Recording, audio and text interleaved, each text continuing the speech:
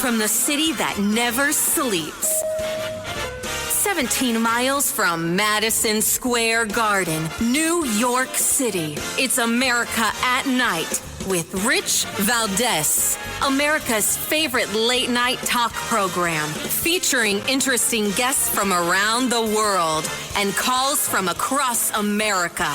And now, here is your host, Rich Valdez.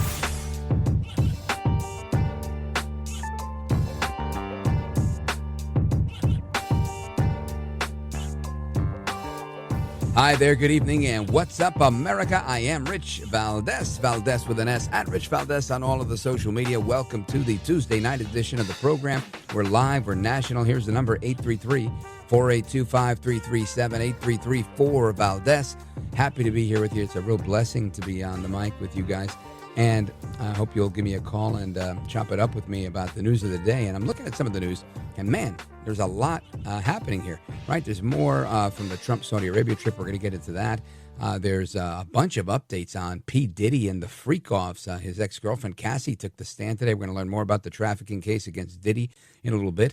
But first, I want to take a look at this story here. The Menendez brothers are now eligible for parole for the shotgun slayings of their parents, according to a judge. Their sentence has been reduced, and they are eligible for resentencing. This is a breaking story that caught my eye. And I normally don't even talk about this stuff because, I felt like it was old news. But apparently everyone younger than me thinks that I'm a monster because I look at this case that way, right? Because I was their age once when this was getting adjudicated. And I thought, these guys killed their parents, throw the book at them.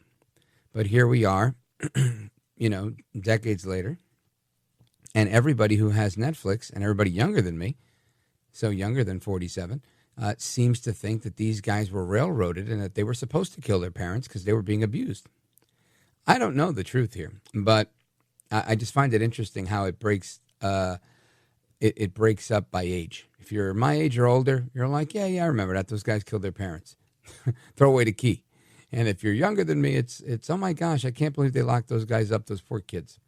So anyway, here's the scoop on this. Eric and Lyle Menendez, not to be confused with Gold Bar Bob. That's Bob Menendez, the father of Rob Menendez. They've got nothing to do with this. Eric and Lyle were convicted in 1996 for the 1989 shotgun murders of their parents, Jose and Mary Kitty Menendez. After two high-profile trials, both brothers received life sentences without the possibility of parole. The hearings will determine whether Eric and Lyle Menendez are eligible for reduced terms. The court has flagged them as posing moderate risk to public safety if released. So that's what's going on. Again, as of 42 minutes ago, Stephanie Price from Fox News has reported that their fate with respect to parole is in the hands of California Governor Newsom and the state parole board. So I'll keep you updated on this as we know, but Judge Michael Jessic ruled that they do get a reduced sentence of 50 years to life with the opportunity of parole. So that's the big breaking news here on the Menendez brothers. So far, I guess you could say that the Netflix film has paid off for them.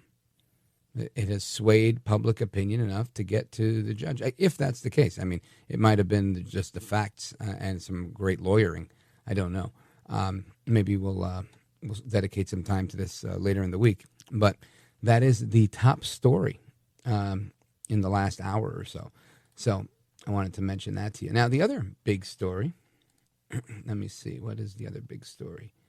Well, the other big story is El Trumpito, Donaldus Magnus, scoring a deal now with Saudi Arabia. And the deal with Saudi Arabia includes $600 billion of investment in the United States. Now, I tend to think that investment in the United States is a good thing. But, of course, you have to be cautious and make sure that you're not, jumping into agreements with the wrong people. Now, it seems that, are there the right people out there? I don't know. I think all of our allies, partners, trading partners, etc. All of them can be a double-edged sword. And Saudi Arabia is right there, right?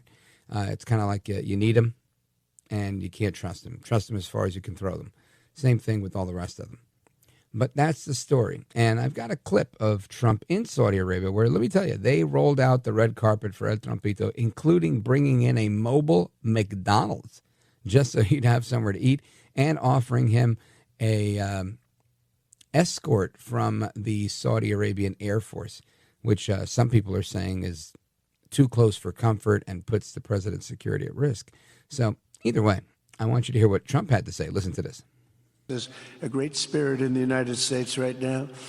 A brand new poll from Rasmussen just showed that the number of Americans who believe the nation is on the right track, they have a right track, wrong track, is now the highest in over 20 years.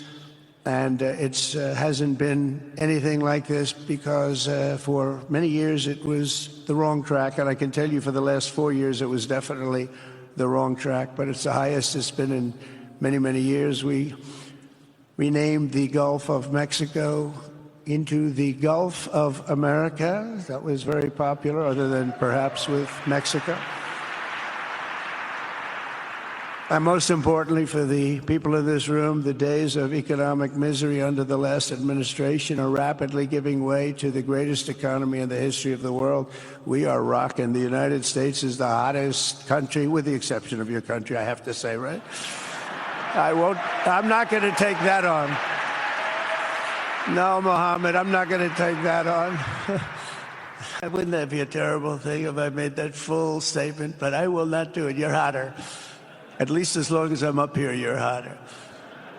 But groceries, gasoline, energy, and all other prices are down with no inflation. We have no inflation. In a few short weeks, we've created 464,000 brand new jobs. Think of that. It's almost 500,000 jobs created just in a matter of weeks. Just in a matter of weeks. And there's plenty more where that came from. I was just looking at something with more investment coming in, thousands of more jobs being added. And this is, again, the trend. It doesn't happen overnight, but I think that's why President Trump and the administration have been working, the long hours that they've been working, making all these trips, visiting all these people, trying to get things done, bringing a end to the conflict, or at least a pause to the conflict in Pakistan with India, arranging for Putin to meet with Zelensky in Turkey this week, which some people say he's going to be in the neighborhood, so maybe he'll stop by. I don't know. I think Trump is really hitting on all cylinders here, right? I mean, even if you don't like the guy, right? Somebody called here yesterday with some snide remarks. I let them have their moment to say what they got to say. But all I could think to myself was, where is your real criticism? Right? The criticism was of me saying I let people come on here and lie, or that I don't give the other side of the story. But I would push back and say, this is a 3-hour show, and every day I make sure I play what the Democrats say. We have people that book guests for the show. We've invited the Democrats on. They never say yes. So all we can do is play what they say, usually in its entirety, and so that you get the context of what they're saying and what they're doing. And everything else is my conjecture, my opinion, right? How I analyze things.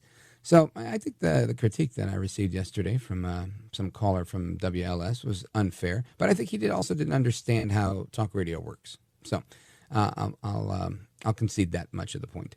But I will say this. You've got these Democrats that are fighting Trump on everything, right? They're saying, and I'm not a special pleader for Qatar. Somebody accused me of that on Twitter the other day, saying, if you go against the Qataris, they'll knock you off the air. I don't believe that to be the case, because I have no business with the Qataris. But the point I'm making here is that there's all these critiques out here, and you've got Democrats that are being very, very, I guess, up in arms, right, about Trump agreeing to take a jet that the Qatari government gave him. I have my concerns about it too. I don't know all the details of it. But when they were in Qatar, they were having a good time, riding shirtless on camels and whatnot across the desert. So you can't have it both ways. I don't think you can. You also can't go and storm the ICE facility and think that you're going to get away with that. The Department of Homeland Security saying that those Democrats, including the mayor of Newark, New Jersey, and the Democrat members of Congress that were there, may all have that same fate of being charged and arrested. So I'll give you a little bit of an update on that in a moment. But it's important for us to have these conversations. Whether people agree with us or not, we have to have this conversation every night, our late night national town hall conversation. And so many of you tune into this program live, and that's important. But some people struggle, right? They struggle with getting good reception in their homes or at work or wherever they're listening from. And I would say you've got to get one of the internet radios, the CC Wi-Fi 3 by C. Crane. C. Crane makes a great radio, many great radios. And I think for you, if you're looking for a good internet radio, the CC Wi-Fi 3 is the solution. And the reason I think it's so special is because if you connect the CC Wi-Fi 3 to the internet, you're already locked and loaded. You're ready to go. You can turn your radio into 30,000 radio stations, and you could log into any one of those from all across the world, including stations that are carrying my show with no static and no fading. So if your local station decides to preempt my show because they want to play sports ball, well, then guess what? You've got one of these. Now, the voice-focused audio surpasses any smartphone that's on the market, so it's going to sound better. Plus, there's no need to sign into any apps or worry about any additional monthly fees or eavesdropping microphones or any pop-up ads because it's not on the web, even though it's using the web. And with a full-sized remote control, you can find whatever you're looking for while you're sitting in your favorite easy chair relaxing. This stuff has never been easier. Now, the actual device doubles as a Bluetooth speaker, so you can listen to your favorite podcasts, your favorite music, whatever you want. Wireless speaker. So here's what you do. If you want to get one of these for yourself and all of your loved ones, I recommend getting one for everybody that you love. I would order one at C. Crane. Give them a call, 800-522-8863. That's 1-800-522-8863. Or visit them online. You could do that anytime. And here's the web address for that, ccrane.com/rich. I'll spell it out for you. It's ccrane.com/RICH. And when you use my name, Rich, at the checkout, you're going to get 10% off any orders that are over $75. Plus, this is also available on Amazon. So what are you waiting for? Head over to ccrane.com, take two, ccrane.com/rich, and I'll be right back. This is America at Night with Rich Valdez.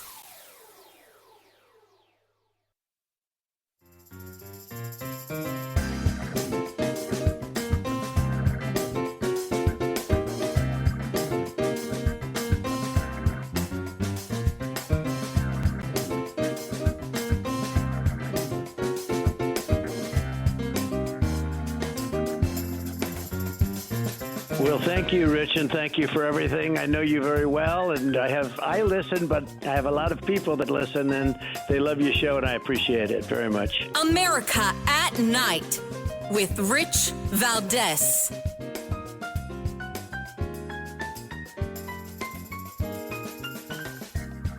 All right, amigos, welcome back. And as I mentioned before, lots of new developments coming out in the testimony from Cassie Ventura, the girlfriend of Sean Combs, P. Diddy, Puff Daddy, in the trafficking trial. And very interesting stuff, right? She testified in the Diddy sex trafficking case. There was a bunch of things that came out there. We do have a quick report on that from Ann Mercogliano from Inside Edition. Listen to this. Ex-girlfriend Cassie Ventura gave graphic testimony today at the trial of Sean P. Diddy Combs. The 38-year-old singer says Diddy was frequently violent. Make the wrong face, and the next thing I knew, I was getting hit in the face. She was asked about now notorious hotel surveillance video that shows Diddy beating and kicking her when she tried to run away. She says she suffered busted lips and bruises all over my body. It was the first time they'd been in the same room together in 6 years. Cassie Ventura is in the 9th month of her pregnancy and could give birth at any time. On the witness stand, she often rested her hands on her baby bump and shifted in her chair. She also spoke in a very low voice and frequently dabbed her eyes with tissues. In view of her advanced pregnancy, the judges agreed to grant breaks about every 90 minutes. She described sex orgies in which Diddy would watch me with another person and actually direct us on what we were doing. I was confused, nervous, but also loved him very much, she told the jurors. Diddy's daughters also returned to court today despite walking out during disturbing testimony yesterday by a male escort who testified he was paid to have sex with Cassie Ventura while Diddy watched. Wow, that's a lot of stuff going on there. Well, we're going to get to the bottom of this, get some reaction to that and some additional developments from our guest.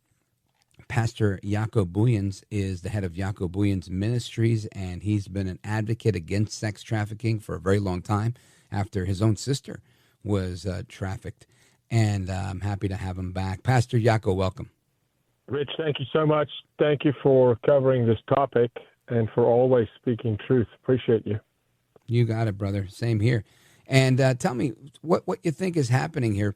A lot of people ask me, what do we think will happen with this? Will more people from Hollywood be implicated in this? Will Diddy walk away unscathed? Will he get a light sentence? Are they going to throw the book at him? What are your thoughts on all those? Yeah, Rich, look, this year marks our 31st year combating human trafficking. 31 years ago, my sister congratulations. Praise God. 31 years ago, my sister Ilanka was trafficked in the music business by a record label executive. This is literally my family story. If there's one of the elements we know very well, it's this. I have high hope and high concern at the same time. The trial thus far is not going in the right direction, in my opinion. And you may say, Jaco, that testimony today was riveting. It is riveting because it's about abuse and sexual abuse. But you said it earlier, sex trafficking trial. We have to get back to a sex trafficking trial. Because what the defense is doing at the moment, and if you listen to defense, is their defense is that Diddy and Cassie at the time are members of a swingers club, and they're in a swingers culture, and this is consensual, and this is the porn industry, and albeit that there's violence, and remember, violence one occasion is unacceptable, but they're playing it down as to domestic abuse, violence, maybe sexual violence with an intimate partner that at one point in time said this was consensual in a swingers environment, and then it went too far, and that's not sex trafficking. We're talking about sex trafficking. People were paid, forced to have sex with other people. Some people paid for sex with other people. Diddy threw freak parties where he curated sex work for other people. At one point in time, there was a mention of minors. That has not been mentioned. You now see that some of the witnesses are going missing. People are asking me, Jaco, why are they going missing? Jaco, I don't want to rush you, but we have to take a pause here. So hold that thought about minors and people going missing. Folks, we're coming right back with Pastor Jaco Booyens, head of Jaco Booyens Ministries, anti-sex trafficking advocate. We're going to get to the bottom of the trafficking angle of this case and get his outlook on what he thinks is to come down the road. Keep it locked right here. It's Rich Valdez coming right back with our guest, Pastor Jaco Booyens.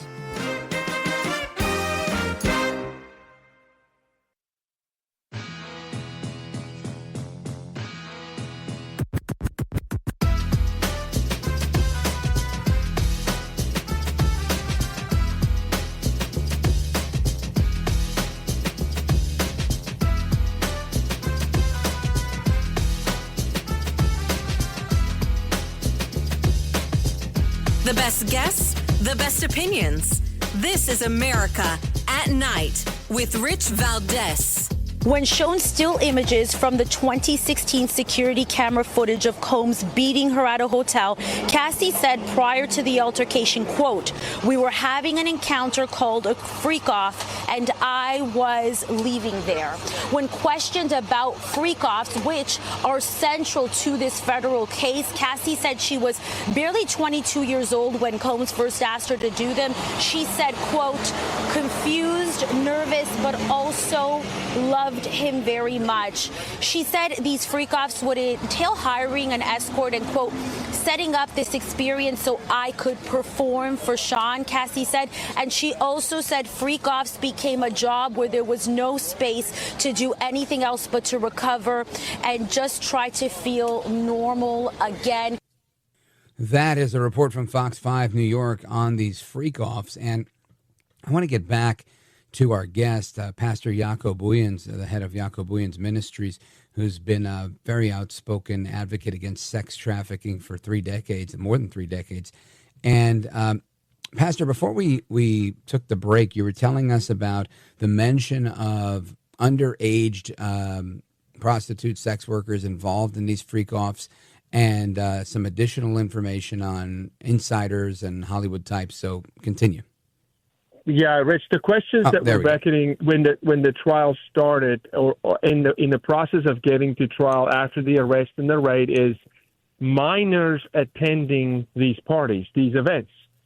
That is a big deal because human trafficking law in the United States differentiates between minors and adults. And what you're seeing with Cassie at the moment is a woman who is obviously gone through tremendous abuse, in my opinion, a human trafficking survivor, having to prove that there was force, fraud, and coercion, because the law within human trafficking says 18 and over, you have to prove that there was force, fraud, coercion.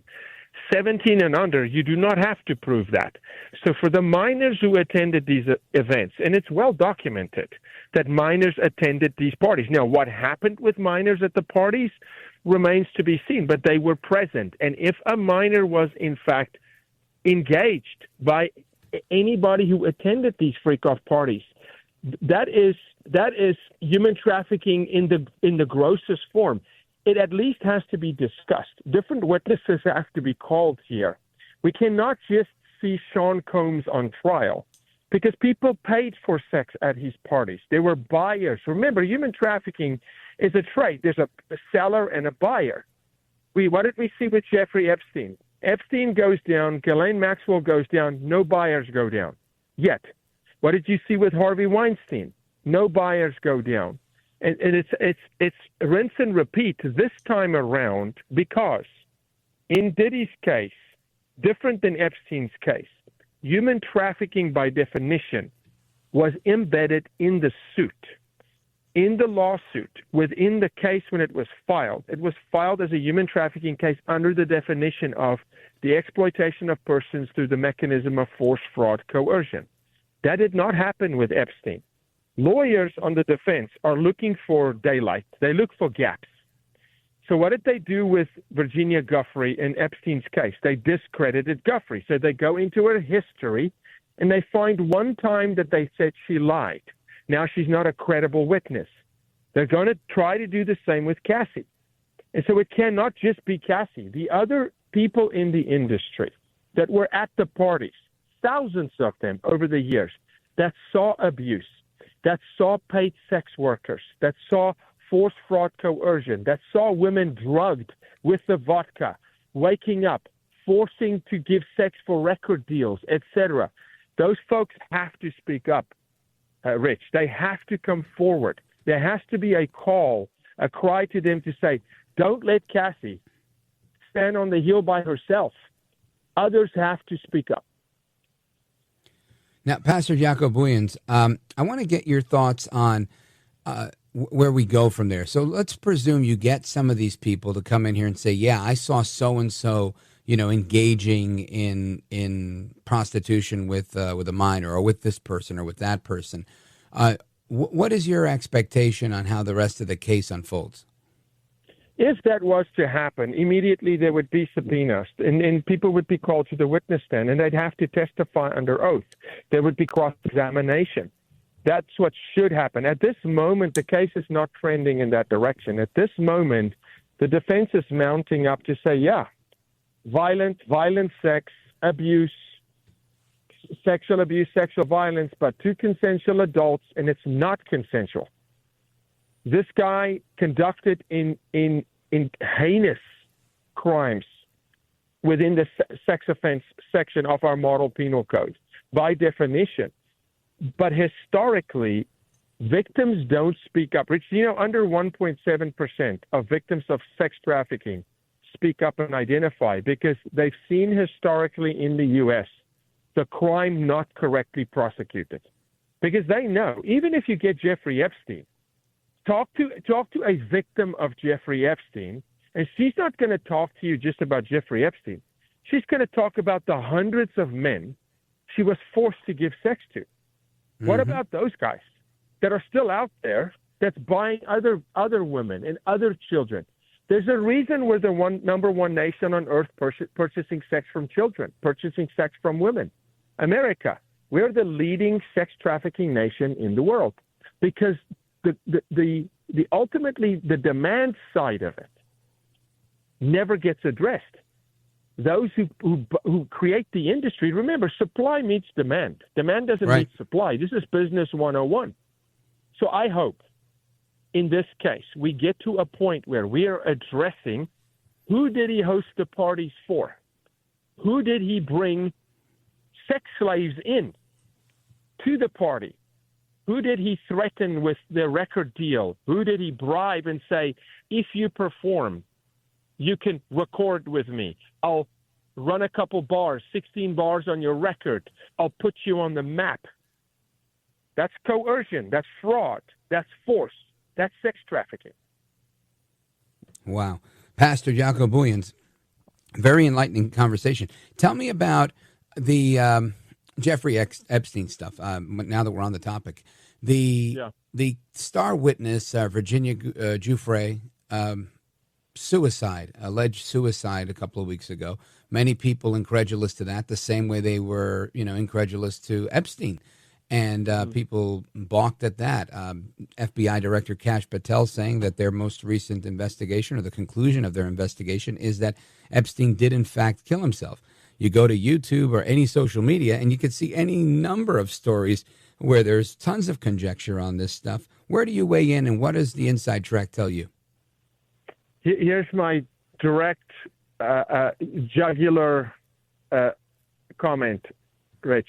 What we talk about in this society is not what matters most. The flight log list is not what matters because you can't prosecute a flight log list. Epstein killing himself or being murdered is not the main point. There's victims. There's human beings and children that were ravagely raped. That's the topic. That should be the focus. Sure, did he kill himself? Did he not? My opinion, no, he didn't. But does that bring justice to the victims that whose lives have been destroyed? Virginia lived a very challenging life. Did she commit suicide? I pray that she did not live a life that lonely, where she did not see a reason to live any longer. Nor do I want anybody to be murdered. But again, it's not the point. The point is, as society, we're following the shiny object and we're failing. If tomorrow the full Epstein list was released, America would rejoice, but yet there would still not be justice. But they would feel this moral victory that I knew it. I knew that Hollywood star was involved, and it's almost like that's enough for them. But for the victim, that's not enough. It's not enough. They know the list. Yeah. And to your point, you mentioned before that with the United States being the number one culprit here, I think it begs the question, why is there no focus on the buyer? Why don't we have enforcement there? And is there a deep state that's protecting all of these people? How far does this thing run, in your opinion? No, look, there is a deep state protecting the elite. But the truth of the matter is, it's not the elite that's trafficking all the children. They're Right. trafficking a portion. On average, here's a real statistic. The Institute for Survivor Care conducted a research paper, a white paper for 2 years. We looked at over 2,000 cases, okay, of human trafficking. 25 to 47% of all domestic human trafficking. 25, a quarter to a half. Okay, California is 47%, Texas is 33%, Tennessee is 31%. A quarter to a half of all trafficking in America where children are sold, it's the family selling their own children. Yeah, I've actually interviewed a few people on this program, and that's how they got trafficked initially. It was their family. So as long as we look at Hollywood and just say it's just Hollywood, we're missing the crime in our midst, in our communities, in the church. Yes, it's Hollywood, but it's Wall Street. It's Little League coaches. It's 83,000 cases of sodomy against the Boy Scouts of America. It's inside the Catholic Church. It's in any denomination. It's a cultural dilemma that we're in. And the reason we're not focusing on demand, Rich, is because biblically, the Word of God says, look at the log in your own eye before you look at the splinter in another. It's accountability hour in America. We have to understand when 80 million Americans have OnlyFans accounts and are willing to pay for young girls to sell their bodies, when we're the number one porn-consuming nation on earth, when we're the number one nation where Gen Z produces self-exploited pornography on themselves, culturally, we're falling morally. We're not having the conversation of demand because the very people that's saying, stop this Epstein stuff, are participating in creating demand. So, Pastor Jaco, do you have a couple more minutes? I want to ask you one last follow-up question if you have time. Yes, thank you. All right, stand by. Folks, we're coming right back with Pastor Jaco Booyens. This is America at Night with Rich Valdez. Call now, 833-4-VALDEZ. That's 833-482-5337. 833-4-VALDEZ. That's Valdez with an S.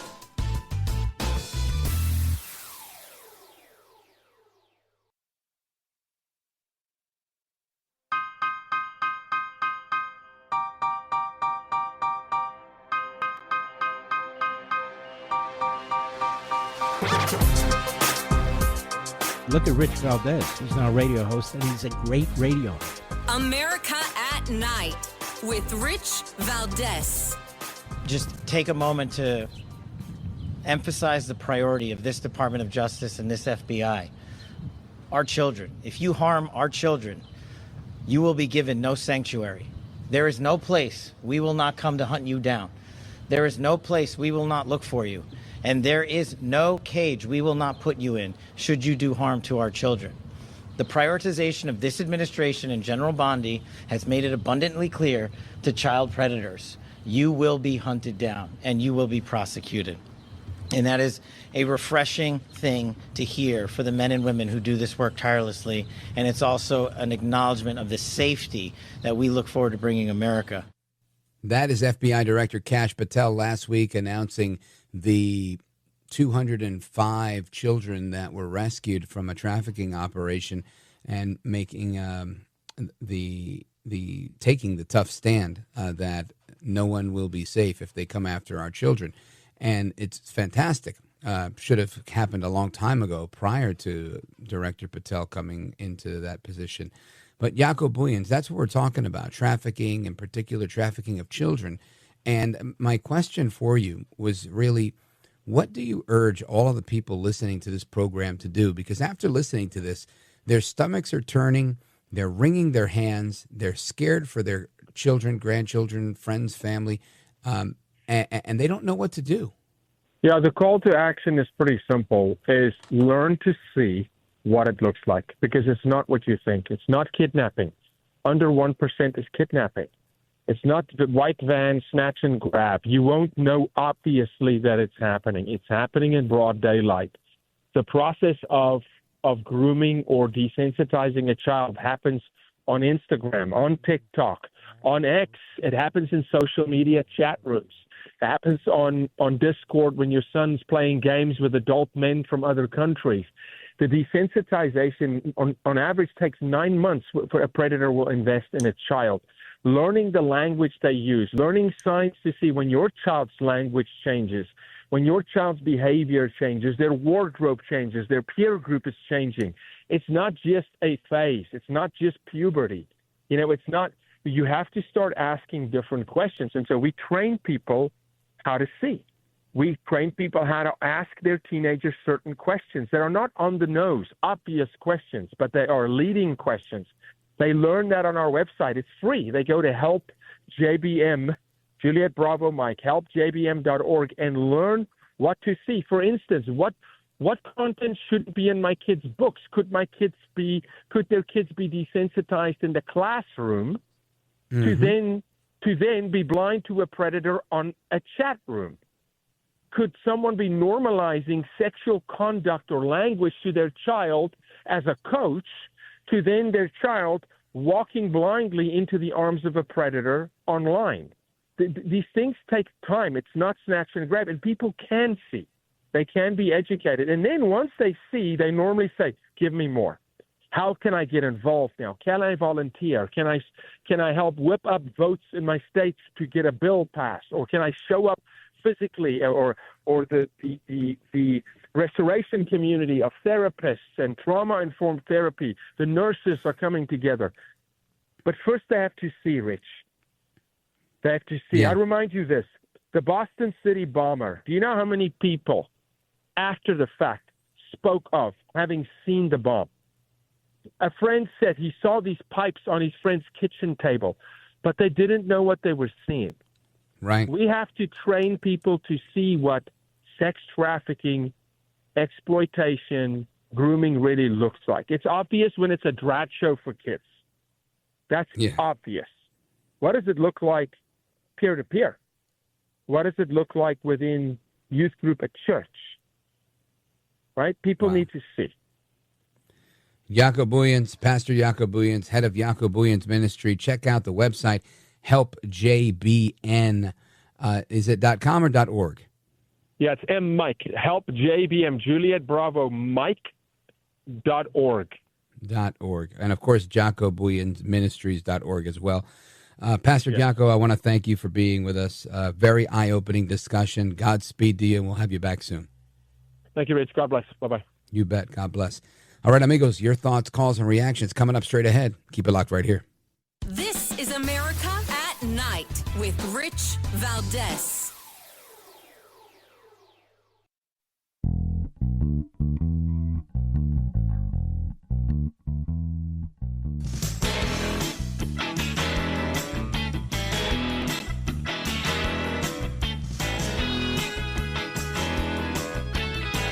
All right, to the phones we go. Saratoga, New York, WGDJ. Jane, go right ahead. Hey, Rich, how are you? Well, just thank God for you and for this gentleman who just spoke to you. I spoke with a group today. They're called Students for Life, and they are going through a major thing now. They want to stop having students used. They want students to stop having abortions and being used. And I spoke to you like about a week ago about what Bernie Sanders and his whole group up in Burlington with the college students and the Bernie Bros, where they're hiring young women who have no family, and they use them as prostitutes. And then if the young women have babies, which they encourage, they have an abortion. And You're saying these were like massage parlors or something like that? Most of them were Oriental restaurants. Oh, restaurants. What a crazy thing going on. Jane, thank you for the call. WGDJ, Saratoga, New York. Amigos, if this is the last hour for you, then take care, good night, and God bless you, America. But otherwise, I'm coming back. More to come straight ahead. Keep it locked right here. I'm Rich Valdez.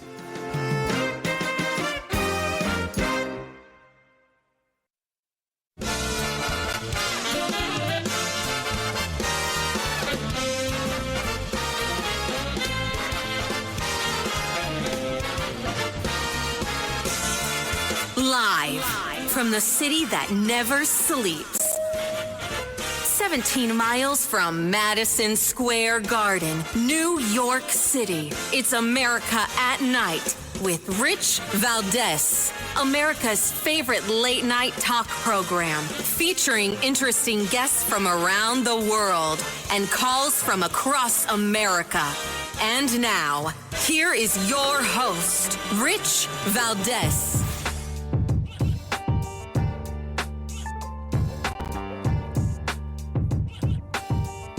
Hi there, good evening, and what's up, America? I am Rich Valdez, Valdez with an S, at Rich Valdez on all of the social media. Welcome to the Tuesday night edition of the program. We're live, we're national. Here's the phone number, 833-482-5337, 833-4-Valdez. And I'm looking forward to speaking with you guys on open phones across America. Of course, plenty of news. There's no shortage of news going on.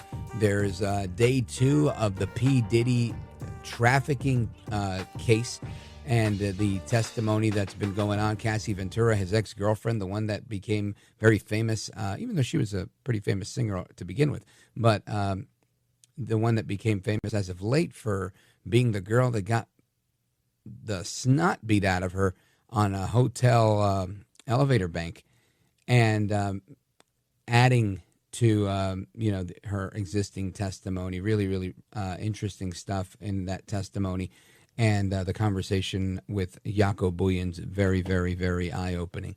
Now, there's also President Trump. President Trump is in the Middle East doing a run down there. He's there for 4 days making a run, and he's visiting Qatar. He's visiting Saudi Arabia. Some people are speculating that maybe he will stop in on Turkey to be part of the sit-down between Zelensky and Putin. I don't know if all that is true, but I do know that he was at the U.S.-Saudi Investment Forum today, and he says that we are on the verge of passing the largest tax cut in American history. Listen to Donaldus Magnus El Trompito. We are cutting 10 old regulations for every new regulation. We're getting rid of all of the red tape that is so many, frankly, countries, as they get older, they develop a lot of red tape, and we're getting rid of it. We're getting rid of it at record levels. And I'm pleased to report that the United States Congress is on the verge of passing the largest tax cut and regulation cut in American history. We think we're in good shape to get that. And if we get that, that will be like a rocket ship for our country. In the first quarter of the year, the investment in America was up an astounding 22%. More than $10 trillion of new investments have been announced or are coming just since the election on November 5th. And he continued, right? He also had some very stern words for Iran, offering them a new path and saying, if Iran rejects our olive branch, then we'll have no choice. Listen to this. I want to make a deal with Iran. If I can make a deal with Iran, I'll be very happy if we're going to make your region and the world a safer place. But if Iran's leadership rejects this olive branch and continues to attack their neighbors, then we will have no choice but to inflict massive maximum pressure, drive Iranian oil exports to zero like I did before. You know that they were a virtually bankrupt country because of what I did. They had no money for terror. They had no money for Hamas or Hezbollah, and take all action required to stop the regime from ever having a nuclear weapon. Iran will never have a nuclear weapon. And those applause coming from the U.S.-Saudi Arabia Investment Summit in Saudi Arabia. So Iran doesn't even have many fans in Saudi Arabia, which, may come as a surprise to some, to others not so much. There's always been some existing tensions there. But Trump repeatedly doing what he does best, right? Taking the pacifistic approach, taking the approach to make a deal, taking the approach where less people die and peace is put at the forefront. I hope that Iran will take them up on the offer. I really do. Because Trump is, in my opinion, Trump is the guy they want to deal with. right? Obama was sympathetic to Iran. Trump is not very sympathetic to Iran, but Trump is always sympathetic to a deal. And he's very well aware of how to put together a win-win situation, right? That's one thing I think, whether you like Trump or not, you should be able to say, yeah, look, he can see both sides of the win here. And the issue that we face with Iran is that they say that we need money, we need money, we need money. You keep taking our money. You're not letting us live. We're going broke. All true. But as soon as they have money, they go right back into, putting their terror funding on steroids. So then what? Right? There has to be some good faith on their behalf. And I don't know that we've seen that. Now, moving along to more domestic issues, the Democrats, in particular, a handful of Democrat congresspeople and the mayor of Newark, New Jersey, who, by the way, and I'll take some heat for this too, I met Raz Baraka. I've met him several times. Debated him once when I was with the Christie administration, and he was, I was the token Republican. He was the token Democrat that the year that Christie was running, and the first year. And what I can say to that is, nice guy. We didn't agree on political things at all, but everything else, nice guy. He had both his daughters in tow. They were probably about the same age as mine. He's a dedicated dad. He's a dedicated public servant. Whether or not you like the way he does what he does or the approach that he takes, different story. But I'm going to say a good guy, a decent human being. And he got locked up, I think Thursday or Friday, for being at an ICE facility. And you could see he didn't resist, put his hands behind his back. He went peacefully, standing up for what he believed in. You can't be mad at a guy for that, right? I'm not mad at him for that. But there were others, some of his counterparts there, right? His fellow Democrats, not so nice, shoving ICE agents, doing all sorts of things. Well, Tricia McLaughlin took to the news today to say arrests are on the table. Listen to this. You lay a finger on them, we are going to have a problem. Well, the problem would seem to be that those people may have been laying fingers or at least body slamming federal agents who were there. What do you say to the good Congresswoman? I'd like to ask AOC, who does she want out of that detention facility? Is it the MS-13 members? Is it the known terrorists? Is it the child rapists? Is it the murderers? Who is she fighting for? Because she's not fighting for Americans. She's not fighting for American victims. And I'd like to lay out the facts. The fact that it was these 3 members of Congress who trespassed, broke the law, and stormed that ICE detention facility. They put law enforcement at risk. They put our detainees at risk, and they put our staff at risk. Had they asked for a tour, we would have happily facilitated one for them, but there was absolutely no notice. And the fact that they put hands, they body slammed, body rammed, push, shove, whatever you want to call it, it was assault on our ICE agents, and it's unacceptable. That is the Assistant Secretary of Homeland Security, Tricia McLaughlin, and she's 100% right. Of course, she was responding to that clip of audio that they played on the Fox News channel, and that was, of course, of Congresswoman AOC, all out crazy herself, my least favorite Congresswoman from the Bronx and Queens, Alexandria Ocasio-Cortez. And all out crazy AOC always has something to say about you lay a finger, you do this. The reality is these people are potentially facing being arrested. And if nothing else, they're being exposed for who they are, right? There's probably a handful of their very close supporters that are saying, yeah, this is terrific. Keep going to the ICE facilities and shoving the ICE people around. Good for you. But I think most people are saying, you're an embarrassment. They wouldn't like that if it were Republicans doing it. They wouldn't like that if it's Democrats doing it. I think most people just want people to be decent people. And that wasn't decent behavior, right, from the people that were shoving people around. So, and I don't mean the cops trying to maintain order. I mean the people shoving the cops because they, wouldn't let them into this facility. Crazy stuff.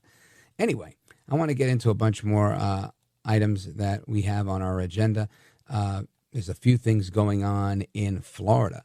Now, this is in particular import to me, right? Because I'm always looking to make a move in Florida, but I'm always looking to steal it, right? I want to put my hand in your pocket while you're not looking. I'm taking it. I'm trying to get a condo in Brickell for way below market value. I don't know if it's going to happen, but I've been seeing prices drop, and a lot of it's because some insurance companies don't want to insure things. You've got other condo buildings that are on a blacklist from Fannie Freddie, and they insurance companies don't want to insure those because of assessments or repairs that need to be made. And there's a few things going on, but it doesn't change the fact that it's a great town, right? Miami's a great town. Brickell's a great neighborhood. So I want to find out what is going on overall with Florida's insurance reforms, and we're going to do that with the former Speaker of the Florida House. Straight ahead. Don't go anywhere. This is America at Night with Rich Valdez.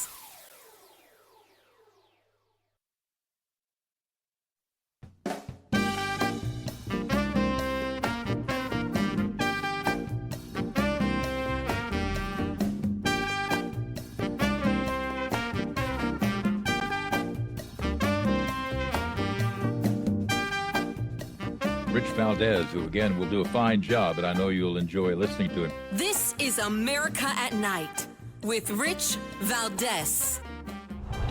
It's no secret that Floridians are paying some of the highest auto insurance rates in the country, and now there's a bill making its way through Florida's capital that hopes to help. The Insurance Information Institute does not agree with the proposed law to repeal no-fault insurance in Florida. In 2003, the state of Colorado shifted from a no-fault to an at-fault system. With promises by lawmakers, it was going to bring down rates. Well, the opposite occurred. Rates steadily increase year after year. The current no-fault system covers drivers' medical bills regardless of who caused the accident, but this new proposal could change that, shifting to an at-fault system where the driver responsible for the accident would pay. It would also require drivers to carry bodily injury coverage. When you cause an accident, your bodily injury coverage, if you have it, will compensate the person you injured to protect you from a lawsuit or a judgment that could potentially take away your assets or things that you worked hard for. Supporters like personal injury attorney Michael Politis believes the at-fault system is fairer and less prone to fraud. The proposed legislation that requires mandatory bodily injury coverage of $25,000 and $10,000 in property damage, I think is going to help the individual person in the event they are the victim of a motor vehicle accident. Pamela Combe, West 2 News. So that's what's going on there, whether it's auto insurance, home insurance, condo insurance. There's been a lot of issues because of litigation in Florida. And I want to get the reaction to this because there was a very interesting op-ed in the Wall Street Journal, Why Trial Lawyers Hate Florida's Insurance Market Reforms. And it's written by Paul Renner. He's the former Speaker of the House in the state of Florida. Mr. Speaker, welcome. How are you? Great to be with you. Likewise. Thank you, sir. So let's talk about this. You put a really good piece together, but for those who didn't have the opportunity to read it and are listening on the radio right now, walk us through a little bit of it and why you wrote it and your hope that people will glean from it and take away from it. Yeah, it was written to kind of tell our story in Florida, but also other states around the country are adopting some similar proposals. And so when I came in as Speaker in 2022, we had already, as you noted in the piece before, some of the highest auto insurance rates in the country. Our property insurance was going up double digits every year. People were some were leaving the state of Florida as a result of it. Insurers were losing money. Citizens Insurance, the taxpayer-funded insurer of last resort, was losing boatloads of money, and something just had to be done. And so we came in with some major reforms that have worked now 2 years later. So this was November of 22, and we're seeing now this year, rates have increased on homeowners 1%, which is the lowest by far of any state in the country. But within that, about 80% of policyholders either got no increase or actually saw a decrease in their rates. And we expect that to continue to improve on property. And then on auto, it's even better. We've seen rates actually decline from 6 to 10.5%. The top three insurers representing, about 60% of the market have already announced those decreases with more expected. And look, nothing has declined at all in the last 4 years, but auto insurance is now declining in Florida as a result of those reforms. Now, Mr. Speaker, what is the situation with, I'd heard, and I don't have any reports in front of me, so I don't know if it was just, hyperbolic statements or whatnot, but that certain insurance companies had chosen to no longer insure in the state of Florida. Is that continuing to be the case, and have the reforms that you're talking about helped to curtail that? Yeah, it has helped. I don't know of anybody that's now left, but it is true that people were leaving. There was even one insurance company I heard about that was headquartered in Florida and wrote in 49 states except Florida. But we had a bunch of insurers. Yeah, it's not a good situation. And we had a bunch of insurers that were losing money, going out of business. And the best data point really is that Florida homeowners represented 8% of all the homeowners' claims filed in the United States in 2019. But of those claims that went into a lawsuit, Florida represented 76% of the lawsuits in the entire country. More than 3 out of 4 lawsuits in the country came out of Florida. And so we had Wild West litigation rules that needed to be reined in. We also put checks and balances around insurers, telling them, look, you got to pay your claims faster. You got to, allow for technology like a smartphone to let somebody upload some video to, submit for their claim and so forth. So we put checks and balances on both, but mainly on the lawyers who had these kind of Wild West rules, and just tried to make them fair. And we want fairness, and we wanted to stay focused on the consumer, which is where everybody ought to be focused, not the battle between lawyers and insurance companies. And it's worked, as I said, and it's arrested the decline of insurers leaving the state. We have, last I heard, 12 new insurers coming into the state as a result of those reforms. Outstanding. Folks, we're on with Paul Renner. He is the former Speaker of the House in the state of Florida, and we're discussing a piece that he authored, an op-ed in the Wall Street Journal titled, Why Trial Lawyers Hate Florida's Insurance Market Reforms. Now, in addition to the auto side, talk to us about how there's been some improvement on the home side. Yeah, so on the home side, it's that 1%. We had a 1% increase this year. Other states are all in double digits. And so Florida is the lowest of any state in the country in terms of that increase, and something we haven't seen in quite some time. We've had double-digit increases. I mean, people were getting like 20, 25%, huge increases in their insurance.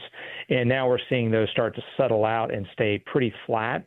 I'm hopeful that we'll continue to see those go down, because remember what happened was after our reforms, or just before they took effect, lawyers went out and filed tens of thousands of lawsuits that are still under the old rules. And so there's still cases being moved through the courts today that are under those Wild West rules, which are still driving up pressure on rates to go up.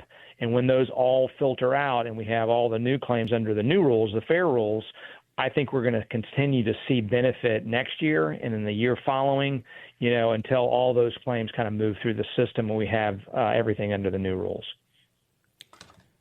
Well, Godspeed to you. Hopefully other states will take notice and do the same thing, because I see it happening. I'm in Jersey, and the amount, I think I'm probably close to double of what I used to pay in the last 2.5, 3 years. Insurance is definitely out of control. Folks, we're on with Paul Renner, former Speaker of the House in the state of Florida.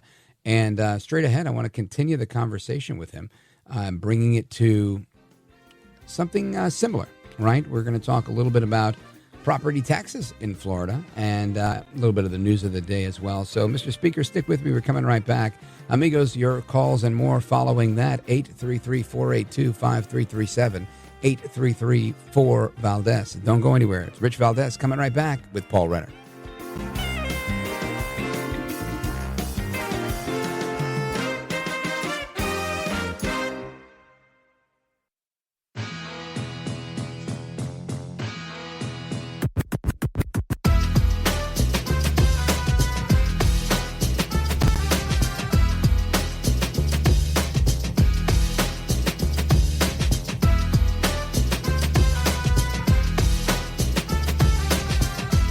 By the way, your ratings are up. Congratulations. I had somebody. It's always nice to check.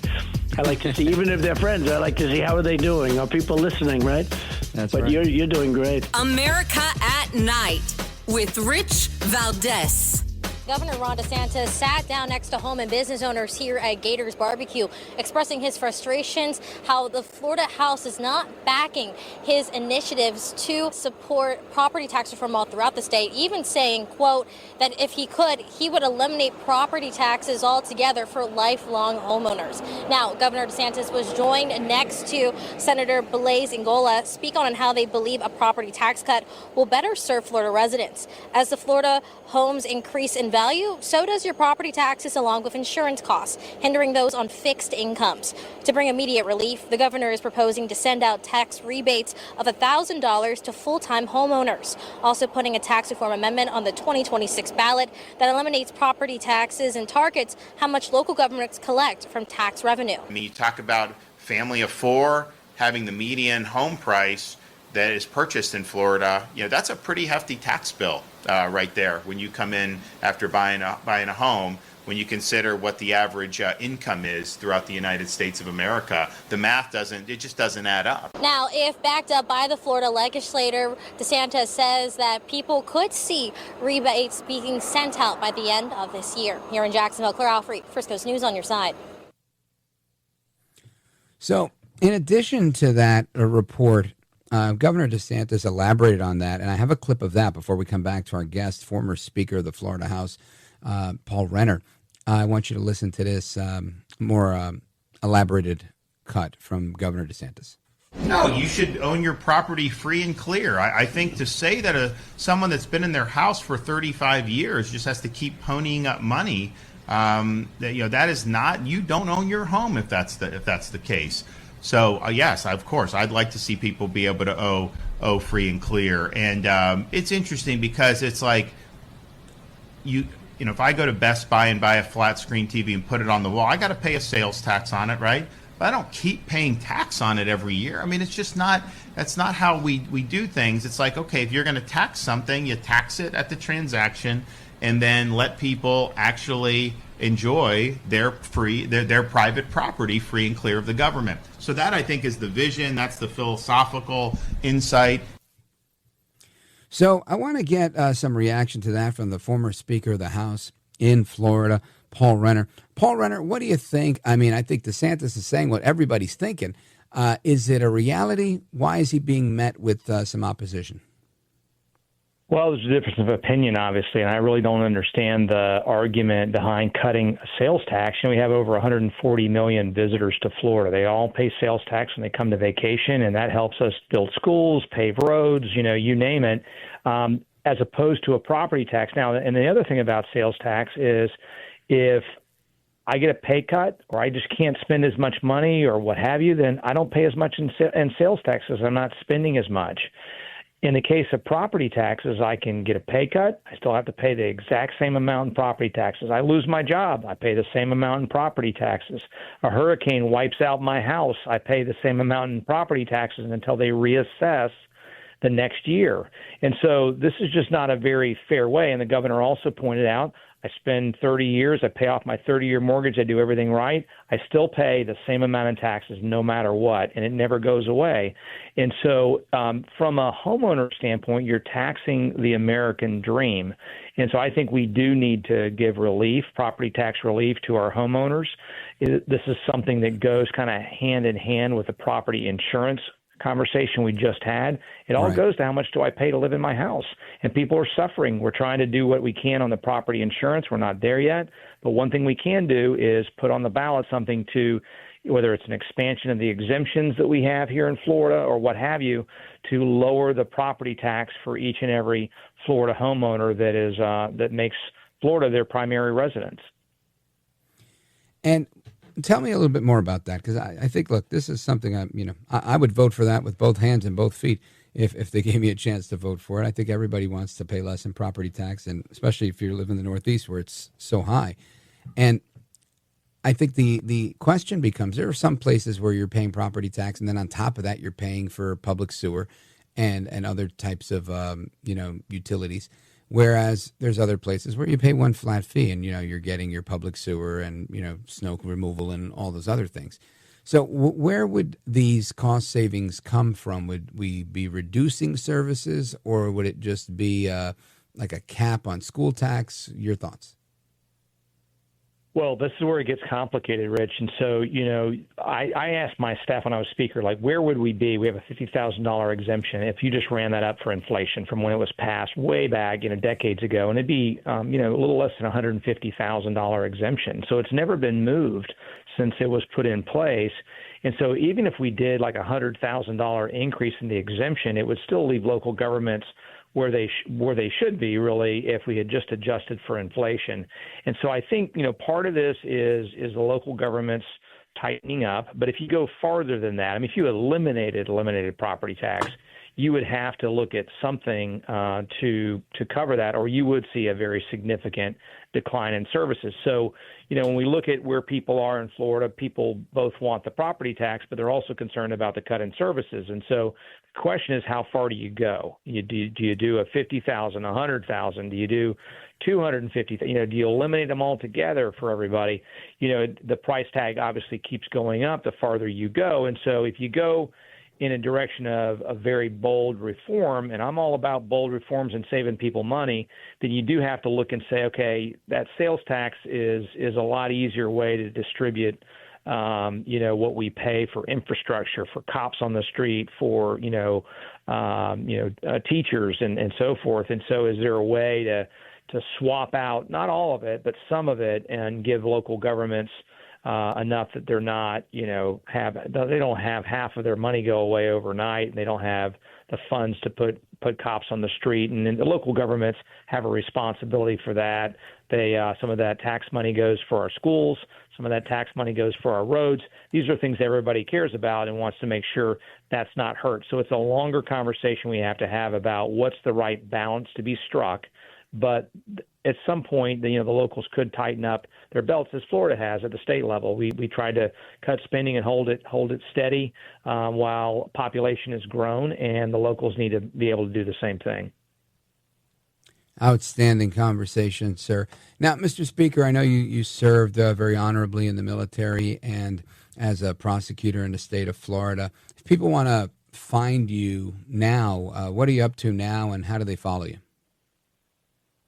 Well, we're on social media, obviously, on X and Instagram and all those things, and they can just look me up on one of those sites, and we're, speaking about some of the topics we've been speaking about tonight. I'm working with the James Madison Institute, which is a conservative think tank, to work on these very issues about how do we bring down housing costs, how do we do property tax reform that's good policy. Of course, I didn't mention we got to get to a 60% vote here in Florida to pass it and put it in the Constitution when you touch property taxes. And so all that's going to be hard when, certain interest groups come out automatically, including the League of Cities, and say we're against all of it.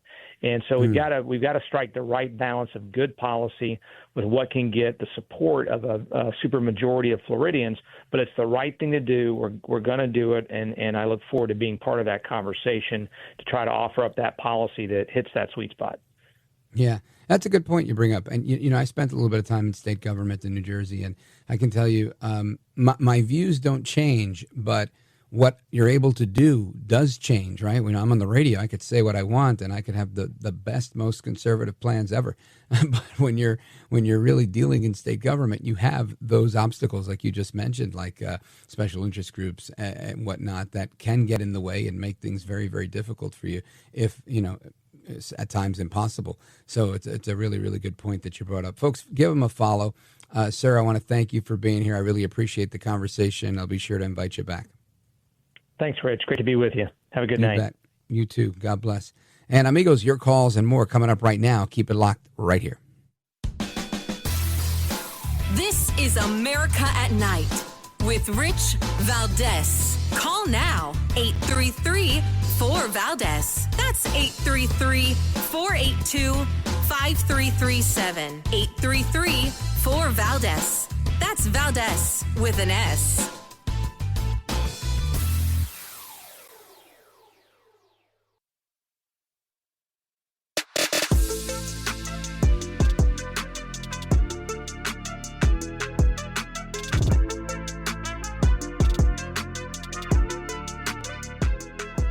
Now, 833-4-VALDEZ. That's 833-482-5337. 5337 833 4Valdez. That's Valdez with an S. All right, amigos, welcome back to the phones we go, and we got a jam-packed call board tonight. Let's take a look at what we got here. Boise, Idaho, Dothan, Alabama, Savannah, Georgia, Chicago, Illinois, Canton, Ohio, and Broadview, Illinois. Let's go to Debbie, Canton, Ohio, WNIR. Debbie, go right ahead. Hey, thank you, Rich, for talking to me. By the way, this property tax thing is a really big thing here in Ohio. It's really big, really big. I'm not sure what's going on, but I know it is big. It's a big problem. So, yeah, I live in a little community here where I don't have to worry about it so much, but I know a lot of my friends and neighbors, they are really upset about this. And their home properties got doubled, you know what I mean? Somebody came by and said, "Oh, your property is worth $2,000." No, it's now worth $4,000, $400,000. Yeah, that's the assessment. Yeah, it's going on all over the place. It's a horrible thing. It's wrong. I'm with you. And then I just wanted to ask you, Rich, because you're so good on the radio and everything, do you have any aspirations beyond radio? Do you want to do something in politics? Because I think you could do it. Oh, that's very kind of you. But the answer to that is very likely no. I mean, unless I was appointed to some position, that I was an extremely good fit for, I wouldn't want to run a campaign for anything. And honestly, I think I'm too blunt sometimes for public service.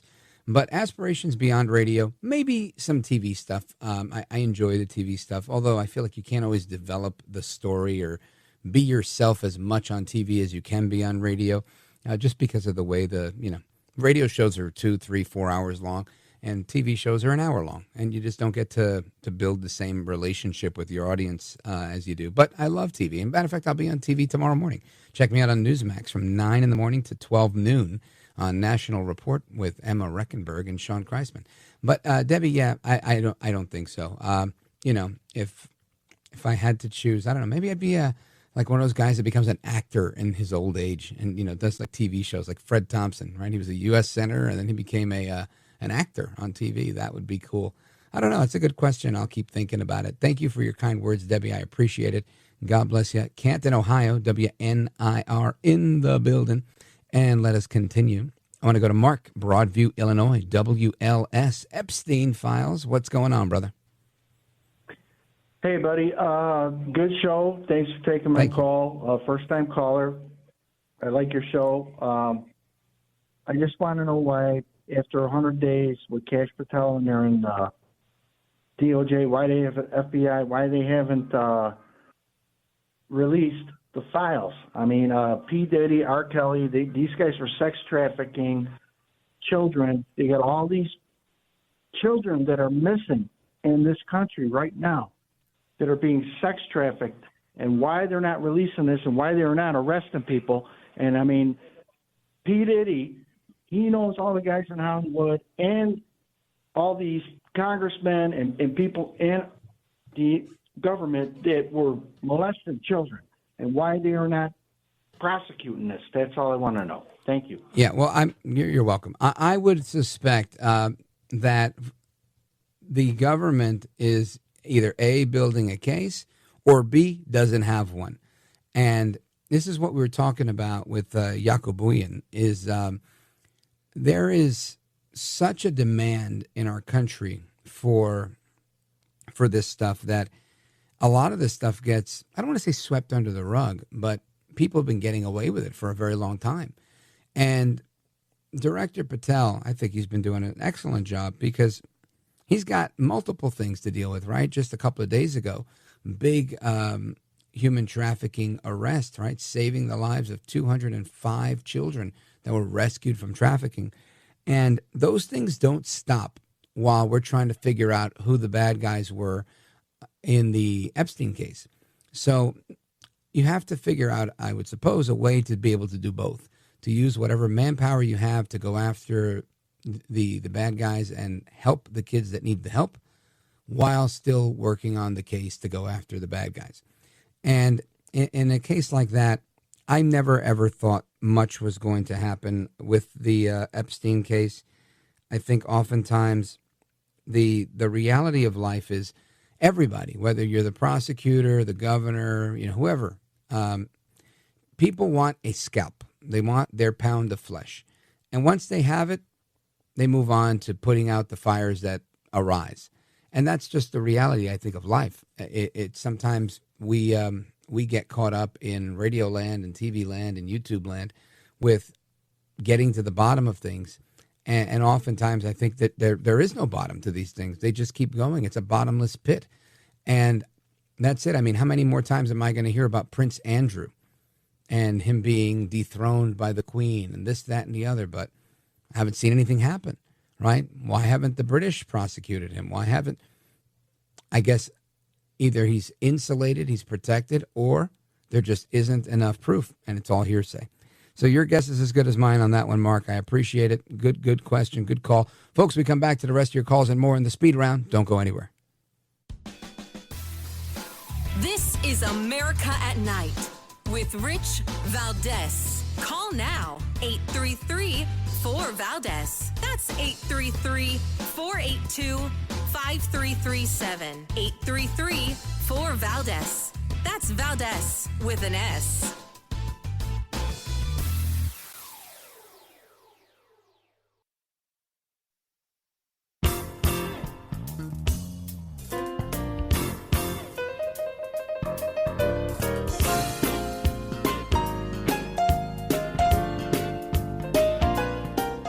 Let's go to the phones. Jim, Chicago, Illinois, WLS. Go for it. Hey, Rich, my OCD kicked in when you said at the top of the hour that Trump doesn't support Iran. He does support Iran, the Iranian people that want to be free of the current regime, the peace-loving people. And I think there should be a differentiation. Yeah, well, I don't even remember saying that, but I get your point. And the point I was making was that Trump doesn't want to go to war, and he never does, right? For the guy that has all the power in the world to do it, he's always looking to make a deal. And honestly, that's one of the most attractive qualities I think that he brings to the table is his ability to say, look, in the past, you've had the military-industrial complex and the very hawkish people, and I'm one of those hawkish people. It's a good thing nobody's elected me to be in the White House because I would be a lot more... at least I think I would be, I'd be a lot more hawkish than President Trump, but he seems to be nailing it every time. So, I'm taking notes. And I think that Iran would be well served to strike a deal with him because I don't know that they're going to have another American leader at any other point in time that is going to be more fair to them actually winning, maybe except for Obama, who gave them everything. And, it was really Iran first, not America first. So I think if they're holding out for another Obama, good luck. I don't think they're getting that anytime soon, not after what Biden did to the economy. I don't see that happening. But, yeah, good point. You're right. There are plenty of innocent Iranians that are, kind of stuck there under the regime. And I think Trump does have a lot of compassion. Thank you, Jim. I appreciate it. Let's continue. Bob, Savannah, Georgia, WVGA. Go right ahead. Yeah, I wanted to talk to you about the plane that Qatar is gifting. Well, what are your thoughts? Do you think it's good or bad? I think it's good. I think it will motivate Boeing to finish their contract that they started back in, I guess, 8 years ago, and haven't completed it yet. And I'm on the fence on this one only because I don't have the details of it. I would feel a lot more comfortable if Boeing was going to send the plane from their Boeing factory, wherever it is, and say, hey, the Qataris paid for this. This is for you. But as I understand it, they're not giving us a brand new plane. They're giving us a plane they have that we can use for a couple of years or something like that. So honestly, I don't know. And Trojan horse rings a bell, but I don't think Trump was born last night. So I think we're covered on that end. Bob, thanks for the call. Amigos, keep it locked right here. It's Valdez. I'm coming back for another hour.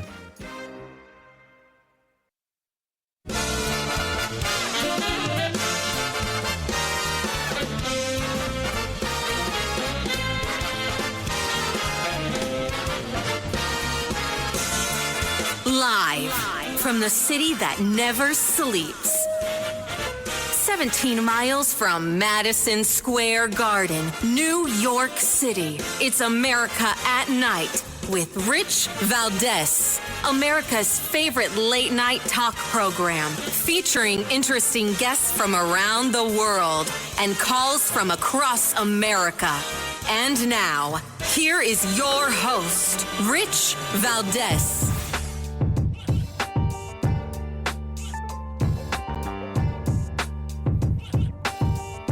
Hi there, good evening, and what's up, America? I am Rich Valdez, Valdez with an S, at Rich Valdez on all of the social media.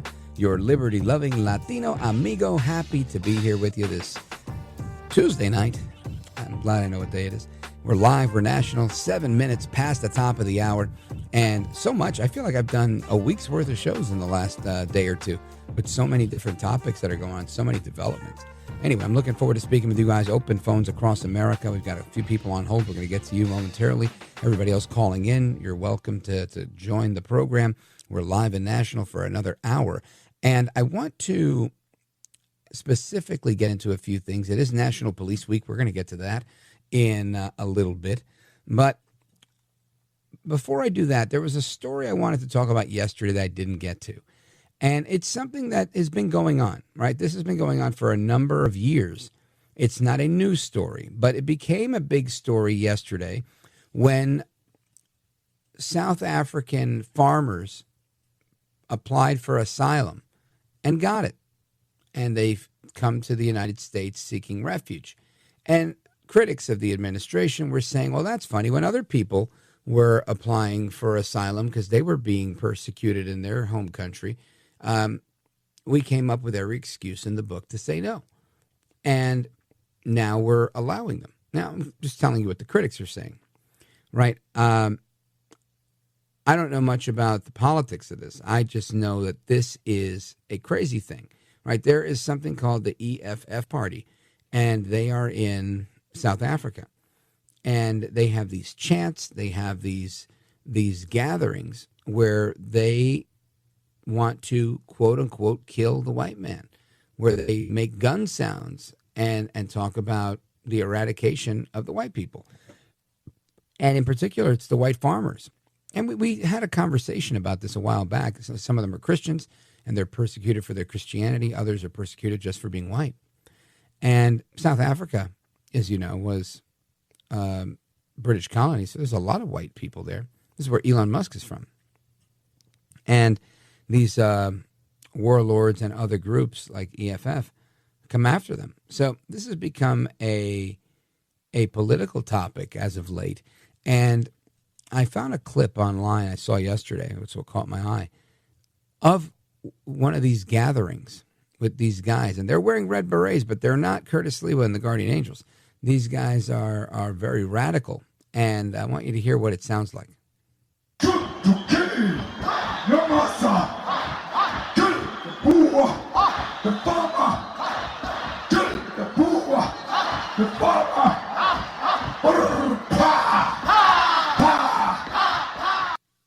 All right. So I can't translate that for you, but I can tell you that the end of it are gun sounds, right? They're talking about, they're making these shooting sounds and getting people whipped up into a frenzy to get them excited. It's like a pep rally for shooting white farmers.